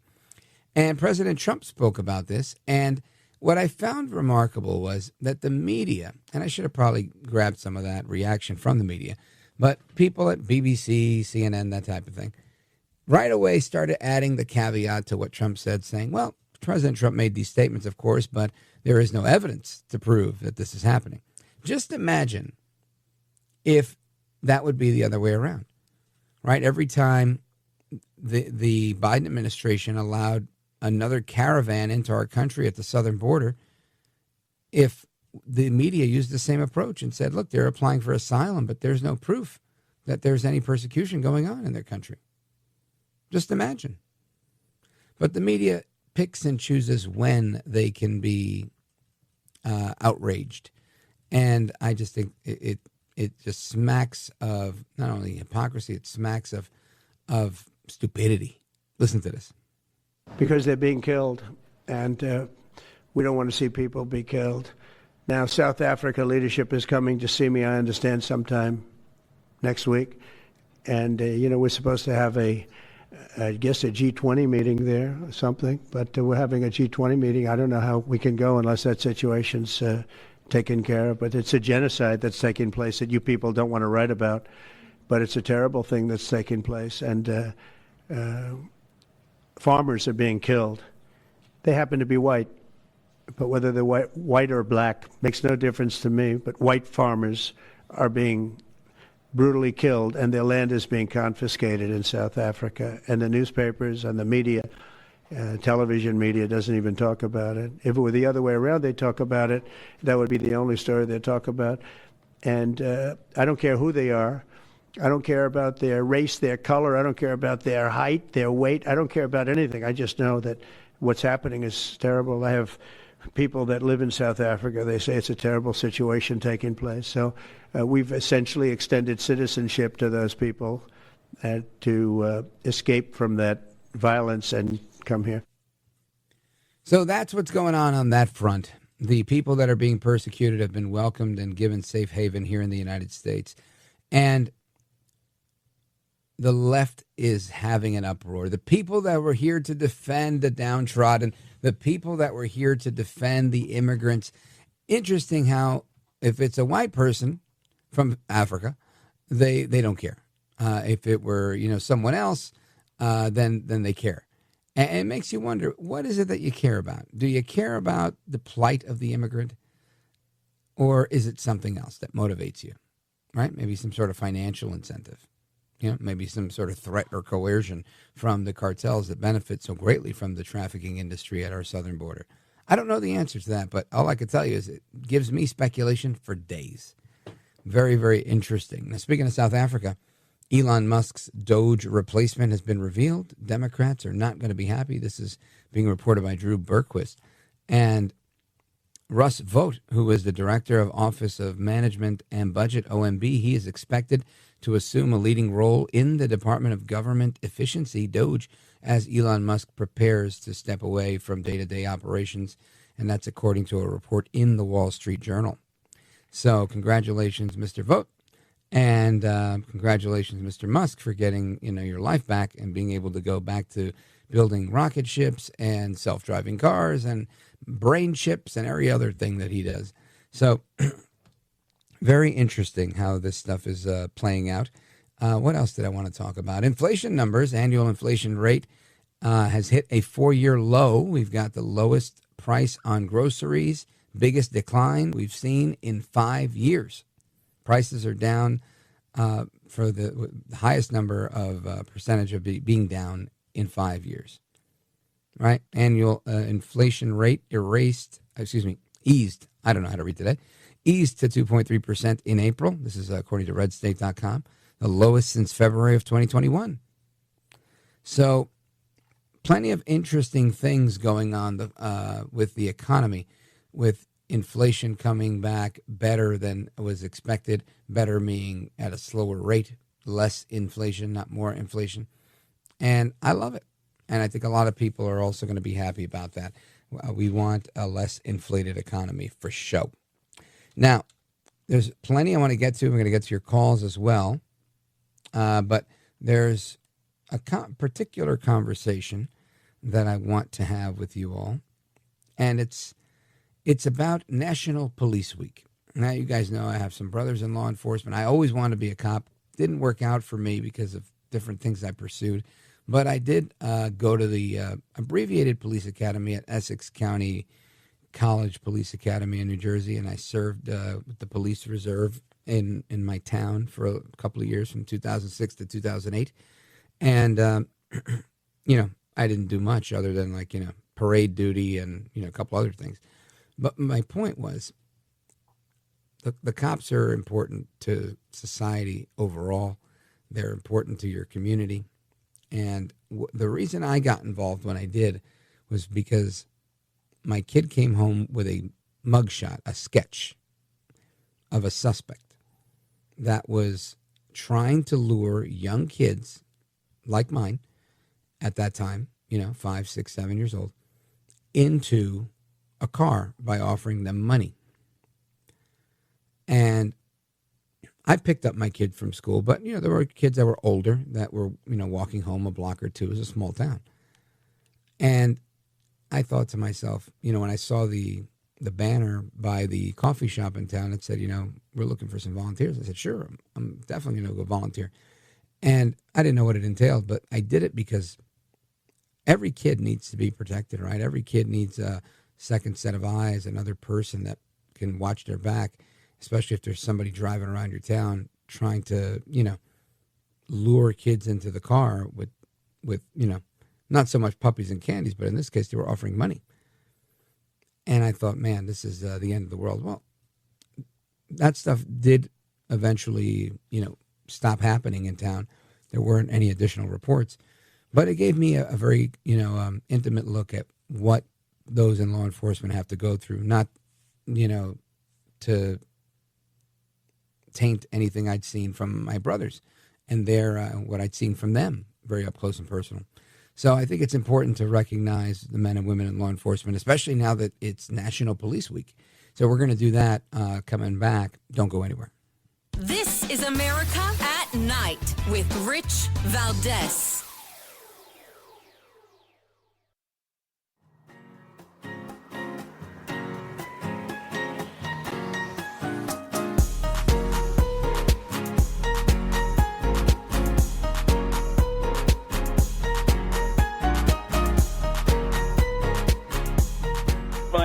Across America to the liberty-loving Latino, Rich Valdez. This is America at Night with Rich Valdez.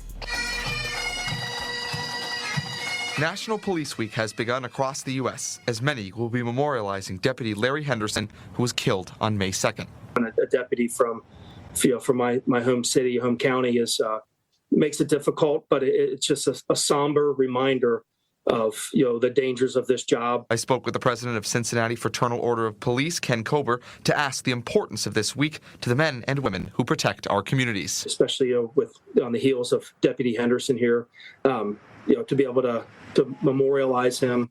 Like I said, the biggest thing is to make sure his family realizes that we're never going to forget the sacrifices he made. Deputy Henderson is already being honored across Ohio, as Attorney General Dave Yost sent this message on Thursday. I had planned to issue a challenge for 2025 that we would lose no one this year, but that dream came to an end last Friday when Hamilton County Sheriff's Deputy Larry Henderson was intentionally run down by a motorist. Events in Washington, D.C. include Tuesday's candlelight vigil and Thursday's memorial service. In Cincinnati, Sam Harris-Simowitz, WCPO 9 News. So, National Police Week, of course, big shout out to everybody who served, men and women in law enforcement, those on the front lines every day, first responders. And I want to get into this to get some reaction to that and talk about all of it, because there's so much going on. Our guest, Lieutenant Randy Sutton, he's retired from NYPD. He is the founder of Wounded Blue, thewoundedblue.org. LT, welcome. Thank you so much for having me, but I got to correct you. Not NYPD, Las Vegas Metropolitan Police Department. Oh, forgive me.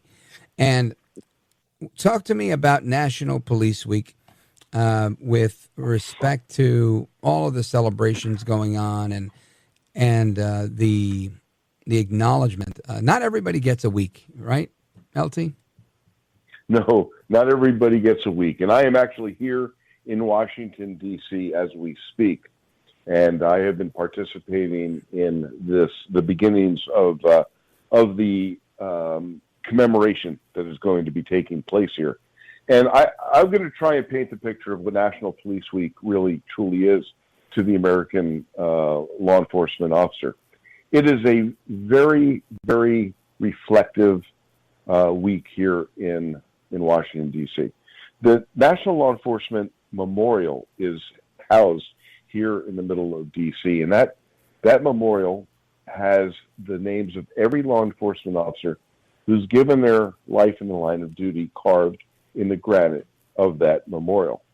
And I was standing there for hours yesterday, and I was watching the families, the loved ones, the partners, the uniformed officers, hundreds and hundreds of them pass through this hallowed ground, and watching the effect that it has on them.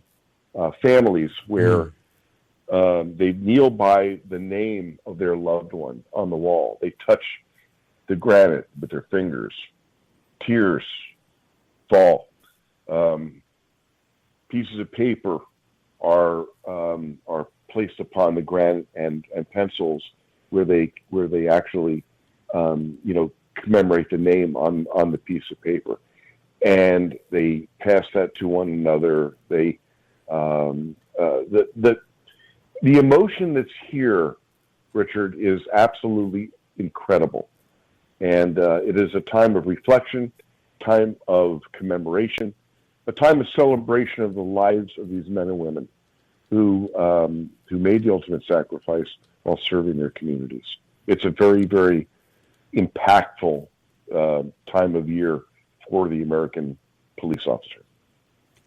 And Lieutenant Randy Sutton, tell us a little bit about the book that you've written, Rescuing 911, The Fight for America's Safety. Well, Richard, I spent 34 years behind the badge. I did 10 years in New Jersey and 24 with the Las Vegas Metropolitan Police Department. And I've done a number of other things along that way.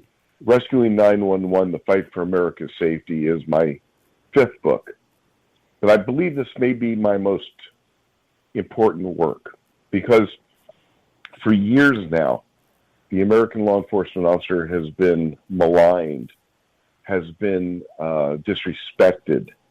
The American police community has been defunded, dehumanized, and it has had a dramatic effect, not just on the lives of the police, but on the lives of those who the police serve, the people of this country.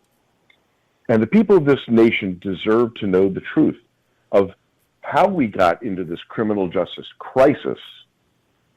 And the American, people have been gaslighted by the political left, by the media, by sports figures, by those who have absorbed the misinformation and disinformation that has been put out there in order to demoralize the law enforcement community. And that's what Rescuing 911 is all about. How did we get here, Richard? Yeah, I'd like you to let the audience know how they can get a copy of the book and how they can learn more about it quickly. Sure thing. Amazon.com. That's the best place. Rescuing 911, The Fight for America's Safety. And that is where to get the book and to learn, not only learn, but it's a call to action. Outstanding. Lieutenant Randy Sutton, thank you, sir, for your time. Check out thewoundedblue.org. And amigos, we continue with your thoughts, calls, and reactions straight ahead. Don't go anywhere. I'm Rich Valdez.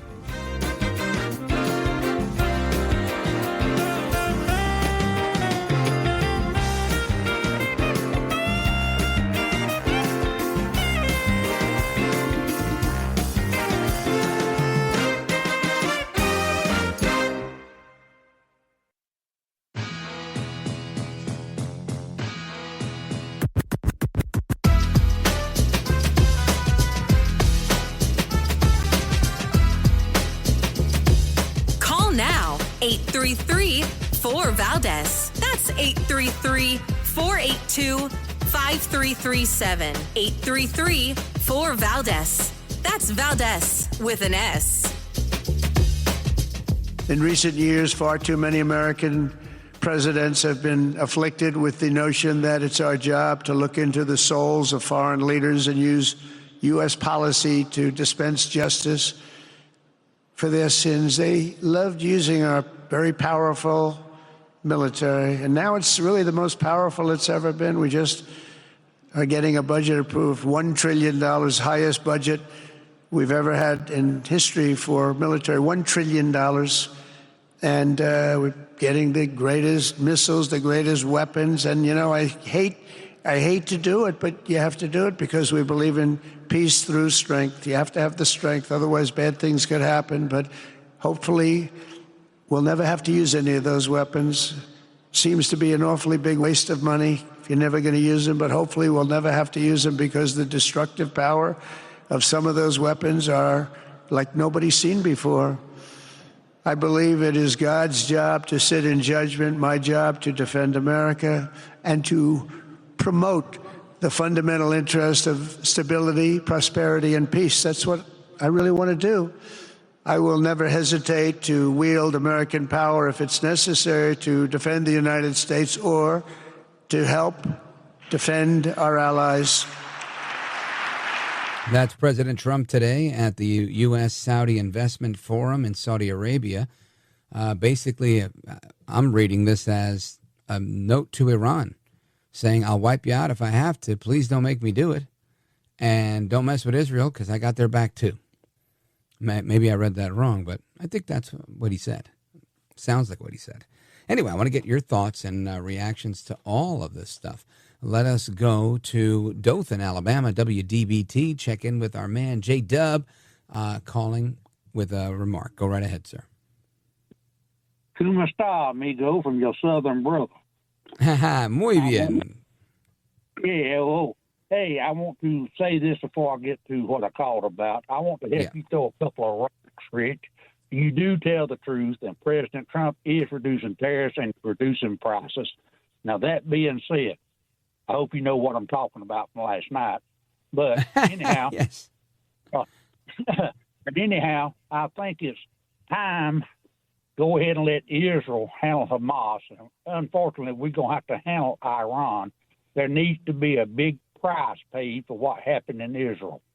And that's what I wanted to say, Rich. Yeah. Well, listen, I think there's a lot of people that are in agreement with you. And this is one of those things where, you've got, I'll play it for you. I think we got a quick one here. We've got Eddie Glaude, right? Congressman Eddie Glaude. He's out there making the rounds saying, how many dead Palestinians are good to satisfy Israel? Listen to this. I think also for me, I just want to say, I want to ask a basic question. How many dead Palestinians are needed for the state of Israel? What level of mass death is required to satiate your revenge, to feel safe? How many dead babies and children? We have to ask that moral question as we bear witness to what we're seeing, Chris. Now, I misgendered him. He's not a congressman. He's a professor or something. But Eddie Glaude is out there making the case that so many are making, right? How much are you allowed to defend yourself? And listen, I get it, right? Somebody comes in to rob your house, you shoot him dead. Okay. Somebody's going to say, couldn't you shot him in the leg? Couldn't you shot? If you shoot him in 10 more times when he's dead, they're going to say something wrong with you. Why are you shooting him? And this is what they're trying to portray, right? They're trying to say that this is overkill by Israel, when in fact, Hamas is still there in Gaza, right? So I agree with Netanyahu. If you're going to go after them, you've got to eradicate them. You've got to get them out. And I'm talking about Hamas, not the Palestinians per se. There's people that have lived there for a very long time. Some of them are sympathetic to Hamas, some of them are not. But my comments are specifically directed at the group that was formed to eradicate Israel. And it's that simple. So I'm with you in terms of letting Israel handle what they have to handle. And my hope is that they can reach some sort of peace, just like my hope is that we can reach peace with Iran. And honestly, I believe that we can. Trump is one of those people, President Trump, is one of those negotiators, is one of those leaders that I think is able to articulate things better or differently than others, where it makes more sense, it's more palatable to his adversaries in Iran, where I think they're also going to be interested in a win. And they're probably split amongst themselves. Like I find when we talk about foreign policy, and this is just a quick aside, but thank you for indulging me, JW, is When we talk about foreign policy, we'll oftentimes talk about a whole country as if they're a monolith. The Ukrainians, the Russians, right? The Iranians. But in reality, it's just like when they say the Americans, right? Just imagine if the deep state crazies that worked with Joe Biden are the only representation of the Americans that people have abroad. They would hate us, and understandably. Now, I think Trump does an amazing job of going out there and getting people to have a different opinion of the United States.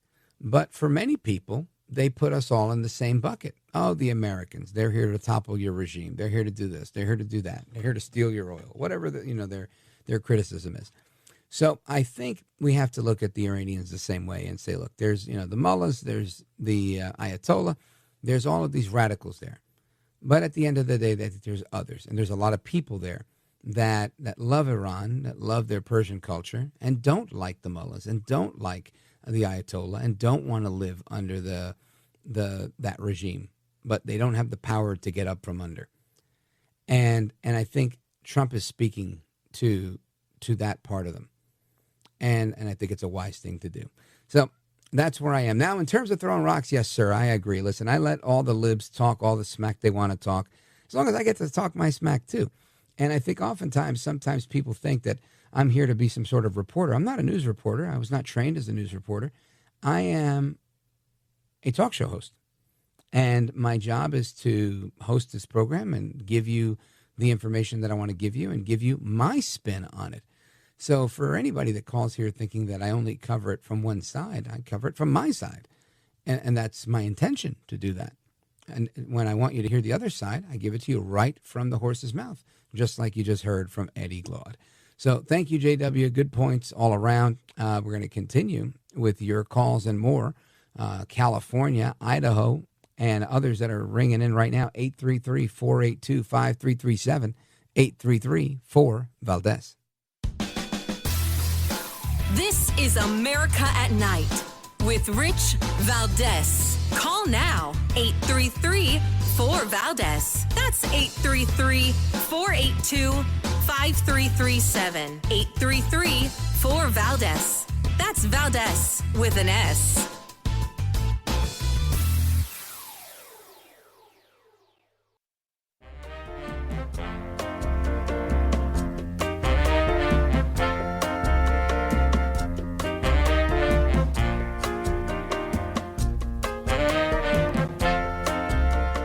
After the guest leaves every night and we're doing open phones, kind of at the heartbeat of America. And you sit there in this radio studio and suddenly you hear voices. Mobile, Dallas, New York, Miami.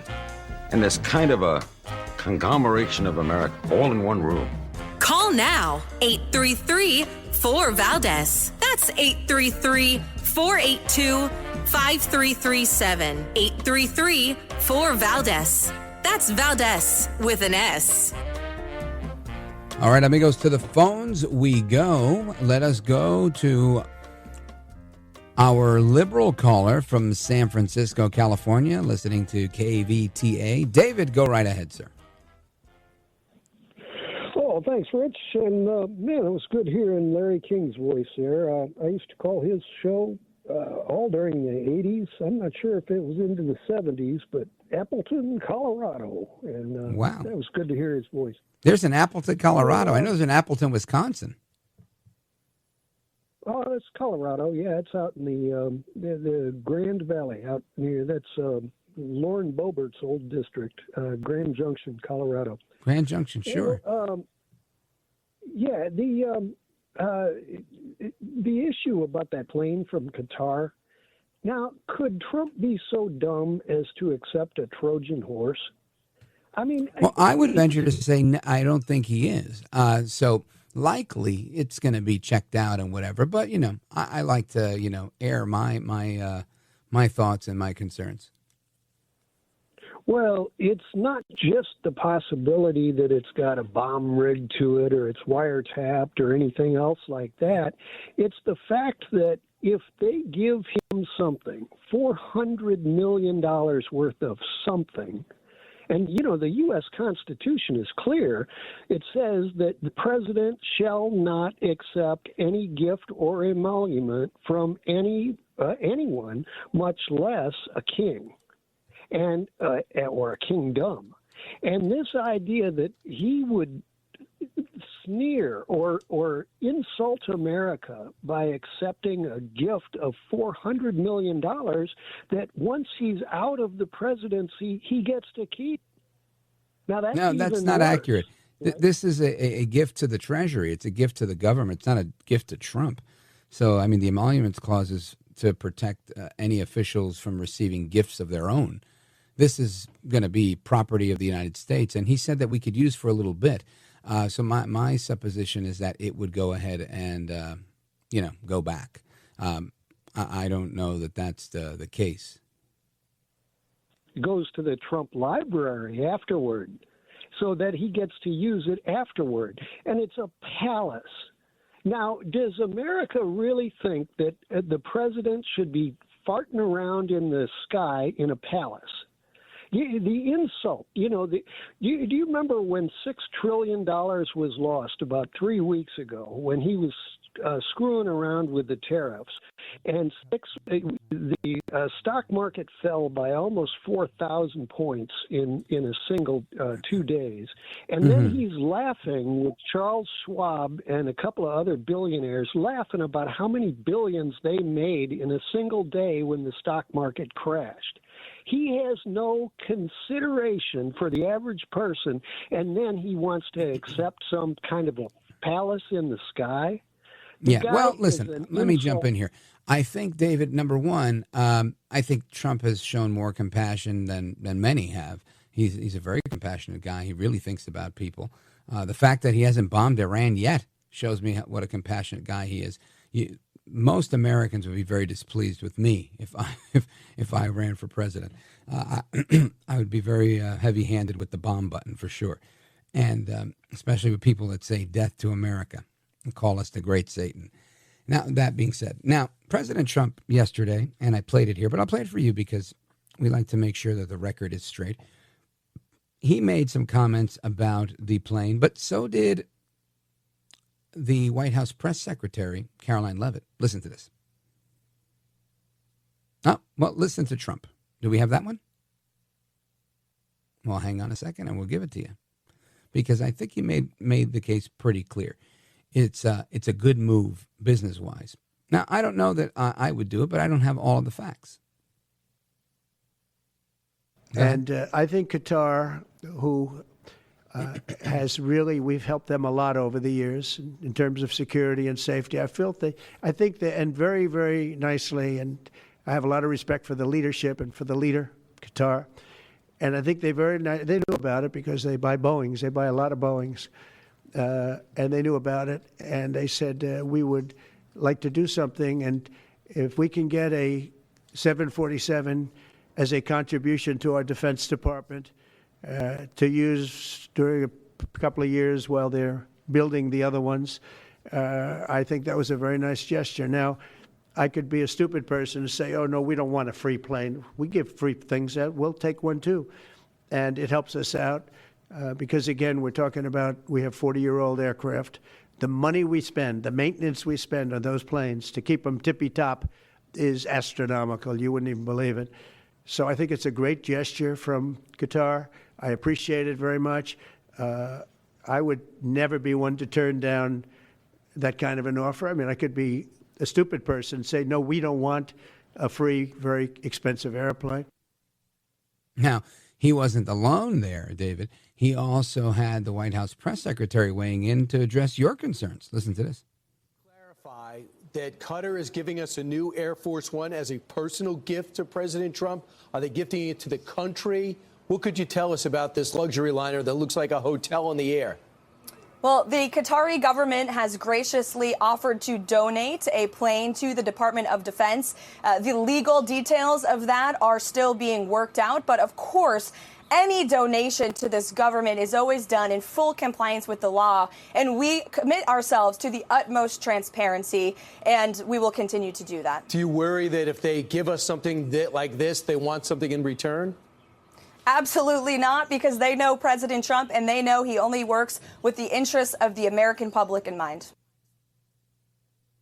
So, David, it seems clear to me that this is on the up and up. I don't see how you're able to send a $400 million plane and make it a bribe that's under the table when, this thing's bigger than the table itself.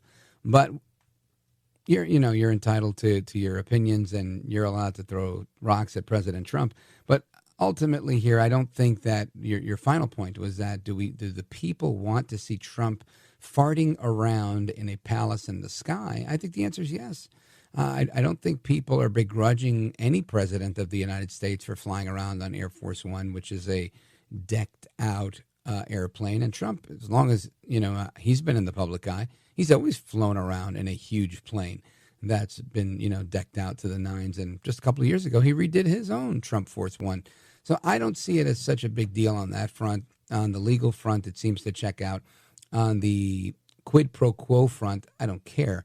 That doesn't mean that we owe them anything. If anything, I think it's them trying to ingratiate themselves to the Trump administration because they want to curry some sort of favor, as we discussed on the program last night. I don't think it's a bribe. I don't think it's anything other than a sign of goodwill and a donation to the government, which was, clarified just a moment ago. Folks, keep it locked right here. We're coming right back. David, thanks for your call. This is America at Night with Rich Valdez.